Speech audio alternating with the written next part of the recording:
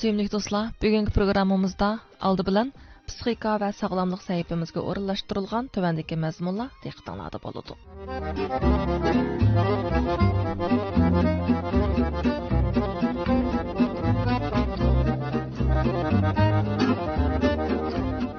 Owen xanımның boyu egiz, közleri asmandek zangar edi. Onu Yeni Meksika ştatida tunji qitim ko'rganimda o'zimga nihoyatda yaqin his qildim.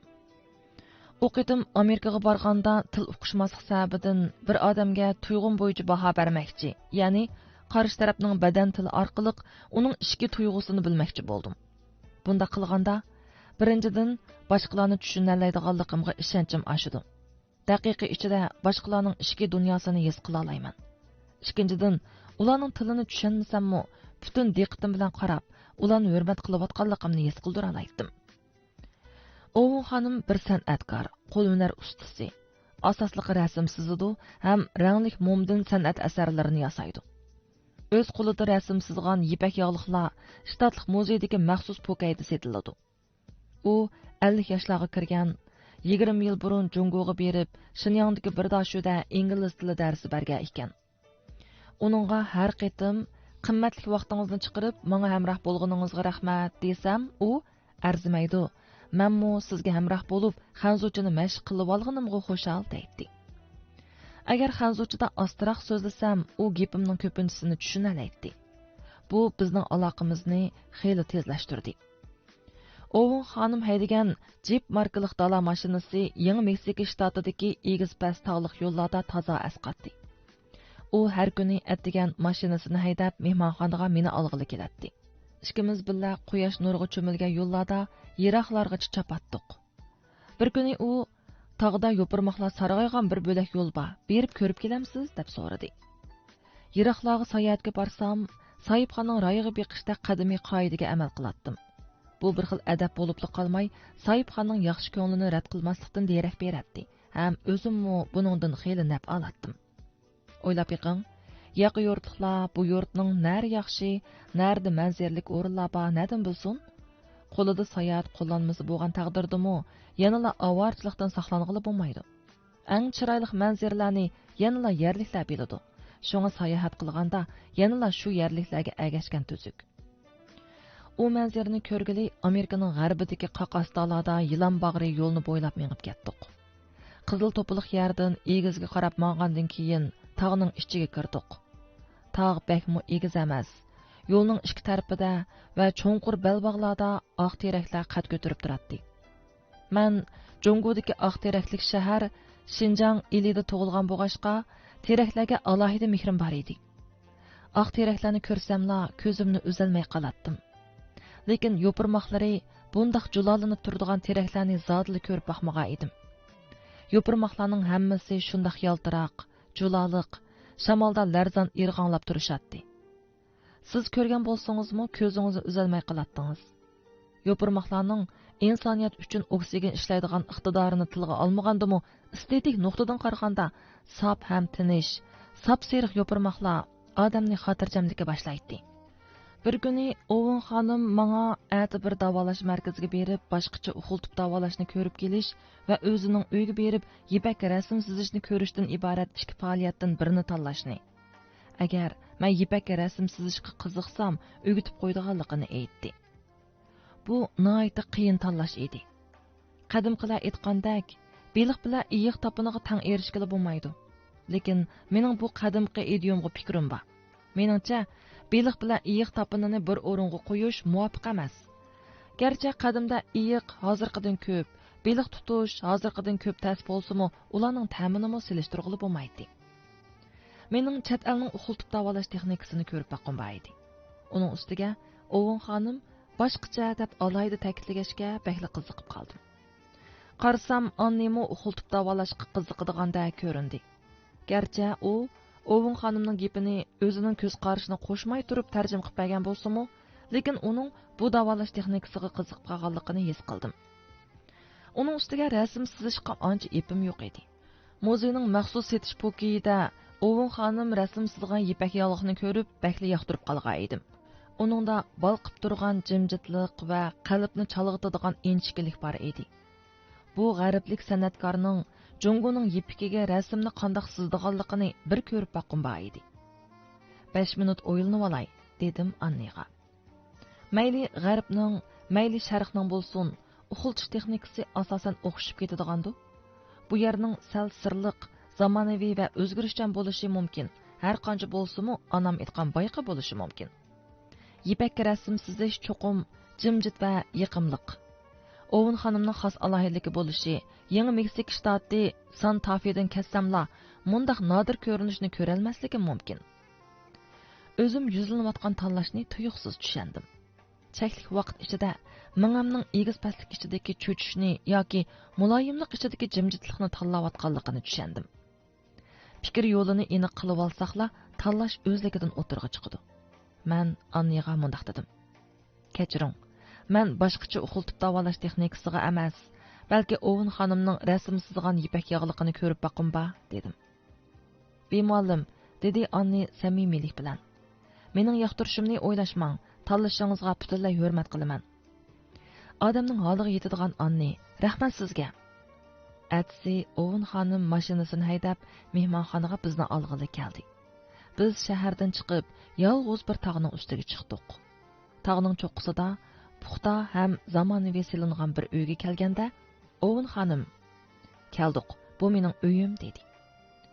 Owen xonim uzoqqacha bo'ytaq yashapti. Ko'ngildagi odamini izlab, noiti nurg'un davlatlarga, nurg'un yerlarga beribdi. U muhabbatni, oila va to'yni muhim biladigan birini uzoq izlab, oxiri hozirgi yo'ldoshi bilan tanishib, to'y qilib, noiti baxtli yashab o'tibdi. Uni topolganim uchun o'zimni bakli baxtli hisoblayman. Uni topaman deb nurg'un yerlarga beribdiman. Ammo u mushu shaharda ekan. To'y qildigan chaqda uningga "Men san'at bilan shug'ullanaman, sizchi" desam, u "Mening uyim bor, shu uyda san'at bilan shug'ullaning" deydi. "Ha, amsa uyingiz san'at puruqiga to'lgan-kanda" deb so'radim men. "Uyimizda boshqa san'atni demasammi, Jongo san'atining puruqi balqib turadi", dedi. Owen xonimning uyi qumliq o'simliklar bo'lib o'sgan bu to'pilikda xuddi qal'adakla qad ko'tarib turadi. Uy yorqin quyosh nuriga to'lgan bo'lib, aslida uyning o'yg'usida aynak to'nglik bor ekan. Havo tutuq kunlardami uy ichi yo'riq turadi ekan. Uydan sharq san'atining hidi balqib turadi. Mehmonxonaning tomlariga jungocha kiyimlar esilgan edi. Aynak ishkaflarda nay, Beijing g'ijiki, kashta, sirlangan taxsa qatorliqlar tizilgan edi. Owen xonim viliqlab kulgunicha, "Beijing g'ijikining uni bak yangroq. Nayni ko'rishga bo'ladi, chelishga bo'lmaydi. Uni olgandala buzuqkan. Asli do'kondarga yaxshiroq nay bering desam, mushu eng oxirqisi deydi", dedi. Tomda yana qizilliq o'qchib turadigan yo'g'on bir akirliq rasm turadi. Rasmga mundaqli qarab, quyosh petayotgan burjak bo'lsa kerak deb o'ylabdiman. Inchiklab qarasam, qip-qizil atirgulgan. Mush atirgulning oldida rasmga tushib olaychu, menga omad ilib kelsa ajab emas, dedim. Owen xonimning ikki rasm sizish uyi bor ekan. U bizni korxonadek birga boshladi. Odatda mush yerda yog'liq rasm sizaman, sirtkilarni kirgili qo'ymayman, dedi. Owen xonimning rasm sizgan yog'liqlari muzeydagi maxsus po'kayda bir donasi $80 setiladi. Yipak yog'liqqa ko'p pul ketmaydi. Qimmatligi Owen xonimning bilim mulk huquqi edi. Uning bizni korxonasiga boshlashi bizga zo'r ishonganidan edi.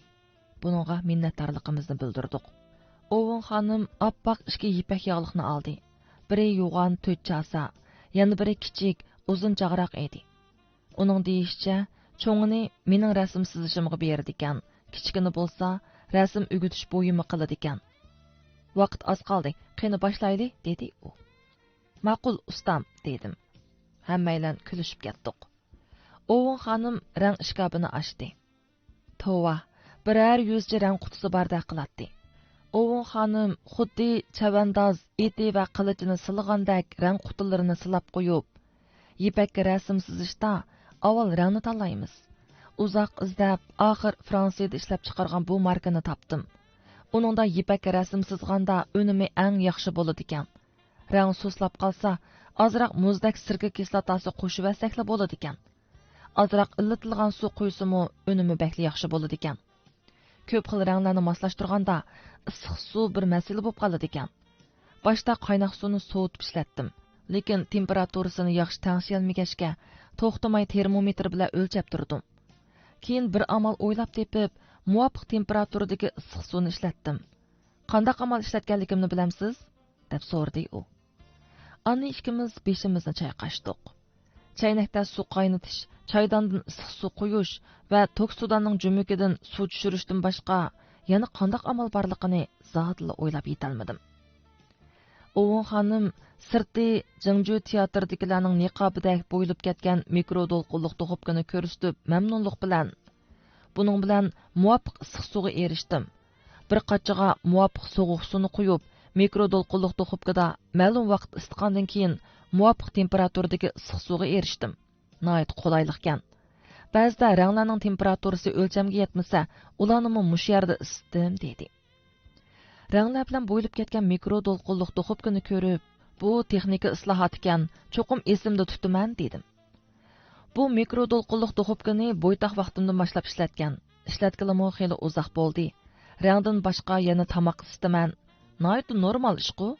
To'ydan keyin yo'ldoshim bu mikrodolqinliq to'xupkada isitgan tamoqni yeyishni qabul qilamidi. Yesam qursqim og'rib ketdi deb turib olg'ashqa, yana bir mikrodolqinliq to'xupka setib olib, buni maxsus rang ishlatishga ishlatdik, dedi Ovun xonim. Ovun xonim bola yog'och bilan kimxob kashti jahosiga o'xshab ketadigan dasta yasabdi. U ashu dastiga yipak yog'liqni muqimlashtirib, rang qalamini oldi. Qadimiy ko'rinadigan oliy darajalik jungucha inchka tom mo'y qalamlarmi meni qattiq hayron qoldirdi. U mo'y qalamni menga berib etib, yog'liq rasm chizganda cho'qim agir siziq chizamiz. Yog'liqni har qanday ayol e'tiborlaydi. Agir siziqlar ayollarning go'zalligini namoyon qila oladi. Bu jungo rassamligidagi oq qo'yilgan yerlar bilan o'xshashmaydi. Yipak yog'liqda oq yer qo'ysa qat'iy bo'lmaydi. Go'zal rasmlar bilan yog'liqni to'ldirib olsak, har xil go'zal rasmlar o'zaro tutashsa, yipakning alohidligi va ranglar o'zaro giralashib, nihoyat sirliq ko'rinadi, ham o'ylamagan unum paydo bo'ladi. Qarmoqqa sapal buyumlarni pishirgandagi o'zgarishga o'xshab ketadi. Albatta, ranglarning kirishish qonuniyati nihoyat nurg'un. Qayta mashq qilish va ko'p izdanish orqali egiligili bo'ladi, dedi. Yipak yog'liqqa rasm chizib bo'lgandan keyin av qozonda dumlaymiz, dedi u orqadan. Nimishqa dumlaymiz? Rangining o'ngmasligi uchun. Yipak yog'liqning rangi oson o'ngidi. Buni hal qilish bek tas. Bo'libmi yipak yog'liqqa qo'lda rasm chizganda supat o'tkilidan o'tmasa, yangi chog'da chiroyli ko'ringan bilan birli yursa rangi o'ngib, ko'z bilan ko'rgisiz bo'lib ketadi. Diqqat qildinglarmikin? Yog'liq olgan har bir xaridor rangi o'ngmamdi degan birli savolni so'raydi. Bu masalani uzoq tadqiq qilib, oxiri hal qilish yo'lini tepib chiqdim. Ovun xonim so'zlagach bir yo'g'on qasqonliq qozonni oldi. Bu qozonni ko'ribla kichik chig'imda uzun safarga chiqqanda yo'l bo'yidagi kichik oshpuzillarda mushunda qasqonlarda pishirgan mantilarni yeginim esimga keldi. Bu mening patentim jumu? Ovun xonim yipak yog'liqni alayda bir xil qog'ozda o'rab ching bog'ladi. Alqanchilik qilib bir qavatdan ratlab sag'andan keyin oppoq qog'ozda yana o'rab qasqonga soldi. Uzoq dumlasak bo'ladi, lekin o'tni bakishlik qilib olsak bo'lmaydi. Sizningcha bu qozonning bozordagi qozonlar bilan qanday farqi bor ekan? Men har qancha qarabmi farqini topolmay, ilojisiz beshimni chayqadim. Qozonning tovuqini keyin yasatgan, uning havo chiqadigan to'shki yo'q. Yog'liqlarni dumliganda cho'qim havo o'tib ketmaslikka kapolatlik qilish kerak. Bozordan tayyor qasqonliq qozon olganning foydasi yo'q. Ularda mant pishirganda ko'pishi uchun g'o'r purkiydigan to'shki bo'ladi. Yog'liqlarni dumliganda unda qilishga bo'lmaydi. Havo qechib ketsa bo'lmaydi. Uni qozonda aylantirib, ranglarni yog'liq singdirish kerak. Qasqon bambukdan yasaladi ekan. Buning nimishqiligini uqmadim. Lekin bambuk qasqonda dumlangan yog'liqlar eng yaxshi chiqadi. Qozonga har qanday metal buyum silishga bo'lmaydi. Yog'liqlarni o'rgandimi, metal cho'ki ishlatmay, yog'och yoki bambuk cho'ki ishlatamiz. Qozonga suvni bakchi quyvatsak, g'o'rga aylangan suv yog'liq temib, rangini buzib etadi. Havo chiqib ketmasligi uchun tuvoqni mahkam yo'gab qo'yamiz. Su az bo'lib qolsa-mu bo'lmaydi. Su az bo'lib qolsa, bir qozon yog'liq buziladi. Dumlangan yog'liqni eng yaxshi choy so'pinida yuvib etamiz. Diqqat, sovuq suvda yuvamiz. Agar issiq suvda yuvsak, yog'liqning rangiga ta'sir ko'rsatadi. Yuvib bo'lgandan keyin esib quritamiz. Lekin quyosh nuriga qoqlansa-mu, dimiq nam yerda qurisaqmi bo'lmaydi.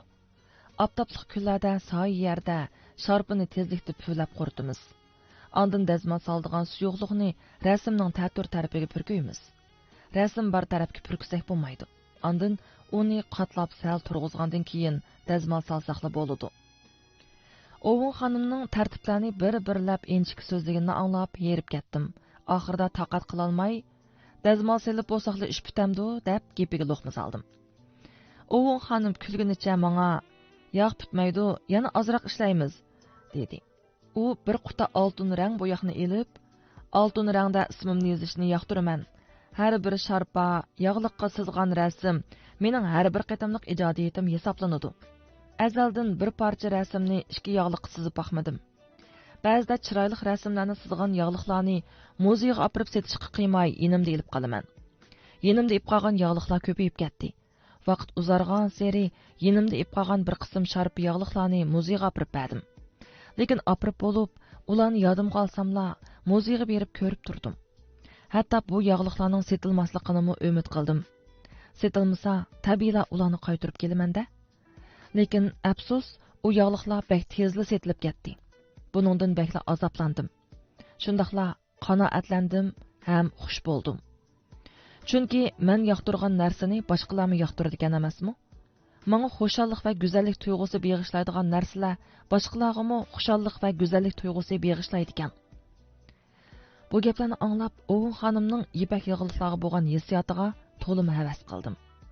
Bu yog'liqlar menga tuxumdan chiqargan cho'jilardek bilindi. Ovun xonim xeyli so'zlagandan keyin soatiga qarab, vaqt bir yerga beribdi. Amdi rasmiy ishga kirishayli. Siz bu yerda biror parcha rasm sizib beqing dedi. U meni rasmxonasiga boshlab kirib, ranglarni tangshidi. Ondan yipakni joziga muqimlashtirib, kulimsiragunicha "Endi boshlasangiz bo'ladi" dedi. Men qandoq boshlashni bilmay o'diqib qoldim. Ayni chaqda tunji qitim bemorlarga okul urgandek jiddiylashdim. Turibqi okul selishni qayta mashq qilg'ili bo'lgan bilan, bundaq yo'g'on ipak raqtga bir siziqni xato sizib qo'ysak o'chirg'ili bo'lmaydi. Ovun xonim rasm qalami bilan ko'k rangni ilashtirib, kichik raqtga tom inchikligiga o'xshashmaydigan bir siziq sizg'ash menga ko'k rang bakli mo'l ranglarning biri. Ipak yog'liqqa ko'k rang berilganda, rangning ustiga ozroq suv, ostiga ko'proq rang berilsa, istiroliq unumga ega bo'g'ili bo'ladi dedi.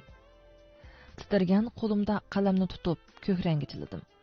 Ko'k rang tasavvurimni qo'zg'adimi yoki azaldilla tasavvur qobiliyatim kamchilmi? Qalamni ko'k rangga chilab, ipak yog'liqqa titirgan qo'llarimda "Osmon" degan xatni yozdim. Ovun xonim hayron bo'lib menga qaradi.